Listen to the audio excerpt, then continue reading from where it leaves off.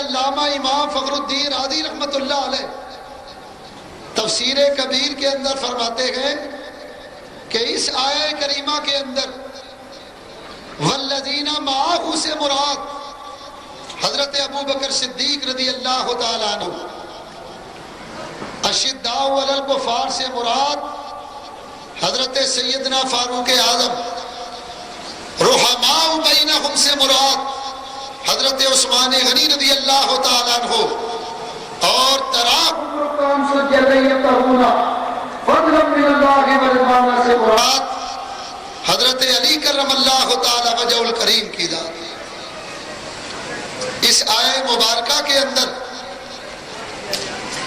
چاروں خلفاء کا ذکر ہوا، چنانچہ میں سب سے پہلے چاروں خلفاء راشدین سے متعلق حضور علیہ السلام کے چند فرامین پیش کروں گا۔ حضور علیہ السلام فرماتے ہیں، یہ حدیث مشکاۃ شریف کے اندر موجود، حضور فرماتے ہیں کہ میرے یہ چاروں صحابہ علیکم بسنتی و سنت الخلفاء الراشدین المہدیین، حضور فرماتے ہیں میں نے تم پر اپنی سنت کو اور اپنے ہدایت والے صحابہ کی سنت کو لازم کر دیا۔ یہ جو خلفاء راشدین ہیں ان کی سنت کو اللہ کے رسول نے میرے اوپر تمہارے اوپر لازم کر دی۔ ایک حدیث میں حضور علیہ السلام نے ارشاد فرمایا کہ قیامت کا روز ہوگا، حضرت علامہ محب تبری نے ریاض النظرہ کے اندر اس حدیث کو نقل کیا، حضرت علامہ عبد الرحمن صفوری نے نزہۃ المجالس کے اندر اس حدیث کو نقل کیا۔ حضور فرماتے ہیں قیامت کے روز جب ساری مخلوق اللہ کی بارگاہ میں حاضر ہوگا تو ایک پکارنے والا، ندا دینے والا پکارے گا،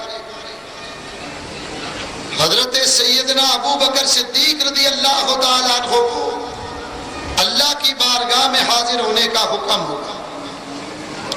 حضور فرماتے ہیں کہ میرا ابو بکر اللہ کی بارگاہ میں حاضر ہو، اللہ فرمائے گا کہ جاؤ جنت کے دروازے پر کھڑے ہو جاؤ، اور اے ابو بکر جس کو چاہو جنت میں جانے دو اور جس کو چاہو جنت میں نہ جانے دو۔ آپ دروازے پر کھڑے ہو جائیں، ان کے بعد پھر ایک پکارنے والا پکارے گا، حضرت عمر سیدنا فاروق اعظم رضی اللہ تعالیٰ عنہ آپ کو حاضر ہونے کا حکم ہوگا، آپ حاضر ہوں گے، اللہ فرمائے گا کہ اے عمر جاؤ میزان کے پاس کھڑے ہو جاؤ جہاں لوگوں کے نامہ اعمال تولے جائیں گے، بس اس جگہ جا کر کھڑے ہو جاؤ، جس کی نیکیوں کو چاہو بھاری کر دو، جس کی نیکیوں کو چاہو ہلکا کر دو۔ آپ وہاں جا کر کھڑے ہو جائیں، ان کے بعد پھر ایک پکارنے والا، ندا دینے والا پکارے گا، حضرت سیدنا عثمان غنی رضی اللہ تعالیٰ عنہ آپ کو حاضری کا حکم ہوگا۔ حضرت عثمان آئیں گے اور آ کر اللہ کی بارگاہ میں عرض کریں گے کہ یا رب العالمین تو نے یاد فرمایا، اللہ فرمائے گا جاؤ پل صراط پر کھڑے ہو جاؤ، اے عثمان جس کو چاہو پل صراط سے بجلی کی طرح گزار دو اور جس کو چاہو پل صراط پر سے نہ گزار۔ آپ پل صراط پر کھڑے ہو جائیں، پھر چوتھی مرتبہ ایک اور پکارنے والا پکارے گا، اور حضرت علی کرم اللہ تعالی وجہ الکریم کو اللہ کی بارگاہ میں حاضر ہونے کا حکم۔ آپ اللہ کی بارگاہ میں حاضر ہوں گے، یا رب العالمین تو نے کس لیے بلایا؟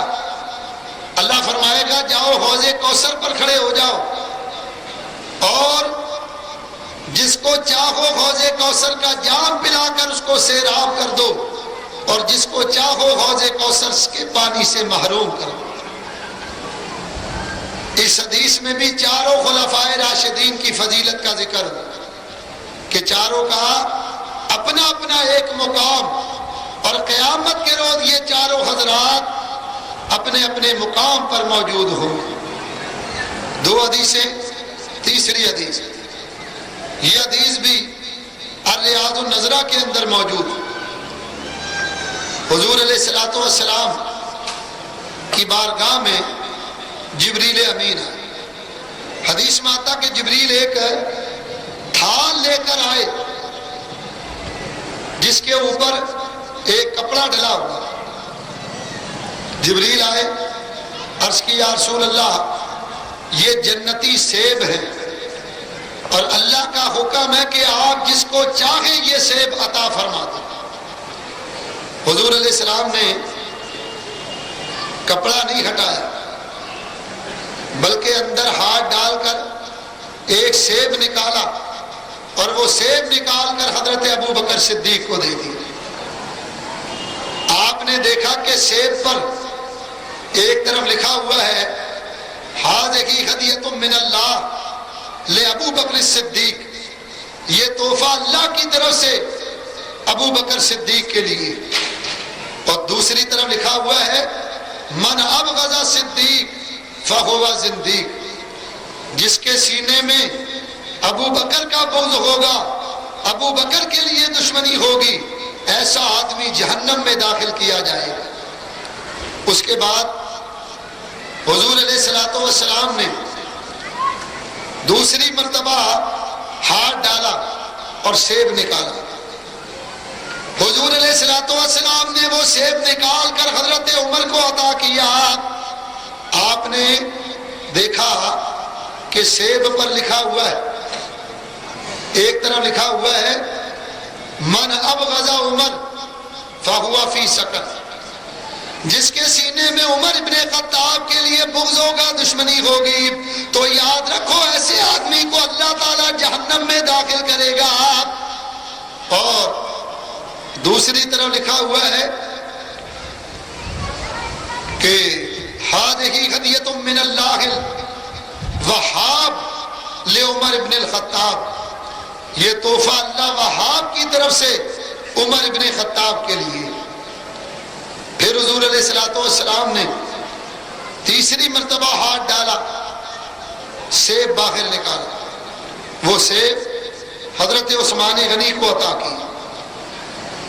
آپ نے دیکھا اس پر ایک طرف لکھا ہوا ہے ھذہ ہدیۃ من اللہ الحنان المنان لعثمان ابن عفان، یہ تحفہ اللہ حنان منان کی طرف سے عثمان ابن عفان کے لیے۔ اور دوسری طرف لکھا ہوا ہے من ابغض عثمان فہو غضبہ الرحمن، جس کے سینے میں عثمان ابن عفان کے لیے بغض ہوگا، وہ آدمی یاد رکھے کہ ایسے آدمی کا اللہ تعالیٰ دشمن ہے۔ اور چوتھی مرتبہ حضور علیہ الصلوۃ والسلام نے ہاتھ ڈالا، سیب نکالا اور وہ دیا حضرت علی کرم اللہ تعالی وجہ الکریم۔ حضرت علی فرماتے ہیں میں نے دیکھا کہ سیب کے ایک طرف لکھا ہوا ہے ھذہ ہدیۃ من اللہ الغالب لعلی ابن ابی طالب، یہ تحفہ اللہ غالب کی طرف سے علی ابن ابی طالب کے لیے ہے۔ اور دوسری طرف لکھا ہوا ہے من ابغض علی ولکم من ولی، جس کے سینے میں علی المرتضیٰ کا بغض ہوگا، دشمنی ہوگی، ایسا آدمی کبھی اللہ کا ولی نہیں بن سکتا۔ اس حدیث میں بھی چاروں صحابہ کرام کا ذکر اور تذکرہ موجود ہے۔ تین حدیثیں، چوتھی حدیث۔ میرے دوستوں بزرگوں ذرا غور فرمائیے گا، نبی پاک علیہ الصلوۃ والسلام نے ارشاد فرمایا، حضور فرماتے ہیں کہ میں علم کا شہر ہوں، ابو بکر اس کی بنیاد، عمر اس کی دیواریں، عثمان غنی اس کی چھت، اور علی مرتضیٰ اس کا دروازہ۔ مجھے بتائیے ایک مکان بغیر دیوار کے قائم ہو سکتا ہے؟ نہیں ہو سکتا۔ چلو دیواریں بھی اٹھا دو، بنیاد نہ کھودو، مکان بنے گا؟ بنیاد بھی کھود لیجئے، دیواریں بھی لگا دیجئے، چھت نہ ہو تو ایسے مکان میں رہائش ہو سکتی ہے؟ نہیں ہو سکتی۔ اور اسی طریقے سے چھت بھی ہو اور دروازہ نہ ہو تو یاد رکھو پھر ایسے مکان میں حفاظت کا بھی کوئی انتظام نہیں ہو سکتا۔ میرے دوستوں بزرگوں، معلوم یہ ہوا نبی پاک علیہ السلام نے فرمایا کہ میں علم کا شہر ہوں۔ یاد رکھو جس طرح ایک مکان کے لیے بنیاد کا ہونا ضروری ہے، دیوار کا ہونا ضروری، چھت کا اور دروازے کا ہونا ضروری، اسی طریقے سے ان چاروں صحابہ کرام کا ماننا بھی ضروری۔ ان میں سے اگر کسی ایک کا بھی انکار کیا تو یاد رکھو علم کی عمارت کبھی تعمیر اور مکمل نہیں ہو سکتی۔ چاروں صحابہ کرام کا ماننا ضروری۔ اور یہ حدیث اس طرح سے بھی آئی، علامہ ابن حجر نے السوائق المورکہ کے اندر اس حدیث کو نقل کی۔ حضور علیہ السلام نے فرمایا انا مدینۃ السخاء و ابو بکر بابھا، میں سخاوت کا شہر ہوں، ابو بکر اس کا دروازہ۔ انا مدینۃ الشجاع و عمر بابھا، میں شجاعت کا شہر ہوں، عمر اس کا دروازہ۔ انا مدینۃ الحیاء و عثمان بابھا، میں حیا کا شہر ہوں اور عثمان غنی اس کا دروازہ۔ انا مدینۃ العلم وعلی بابھا، سرکار فرماتے ہیں میں علم کا شہر ہوں اور علی المرتضیٰ اس کا دروازہ۔ 5 حدیثیں، چھٹی حدیث، یہ حدیث شاہ ولی اللہ محدث دہلوی رحمۃ اللہ علیہ نے ازالۃ الخفاء عن خلافت الخلفاء میں نقل فرمائی۔ حضور فرماتے ہیں ابو بکر گئے نیا میں راسی و عمروں کا لسانی و عثمانوں کا یدی و علی کروح من جسدی او کما قال النبی صلی اللہ علیہ وسلم۔ حضور نے فرمایا ابو بکر ایسا ہے جیسے میری آنکھ، عمر ایسے ہے جیسے میری زبان، عثمان ایسا ہے جیسے میرا ہاتھ، اور علی ایسا ہے جیسے میری روح۔ یاد رکھیے جس طرح آنکھ والے کو آنکھ سے محبت ہوتی اور زبان والے کو زبان سے محبت ہوتی ہے، ہاتھ والے کو ہاتھ سے محبت ہوتی، روح والے کو روح سے محبت ہوتی ہے، حضور نے فرمایا بالکل اسی طرح مجھے ان چاروں صحابہ کرام سے محبت ہے۔ یاد رکھیے ان چاروں کا اپنا ایک مقام، اور ہم اہل سنت و جماعت چاروں صحابہ کرام کو مانتے ہیں۔ ہمارے نزدیک چاروں صحابہ کرام کا ماننا لازمی اور ضروری، ہمارے نزدیک ایمان کی تکمیل چاروں خلفاء کو ماننے میں ہے۔ صدیق اکبر، فاروق اعظم، عثمان غنی، حیدر کرار رضی اللہ تعالیٰ عنہم اجمعین، ان چاروں کو ماننے سے خلافت کی عمارت اور خلافت کی بنیاد مضبوط ہوتی۔ یہ تو تھا چاروں خلفائے راشدین کی فضیلت میں چند احادیث۔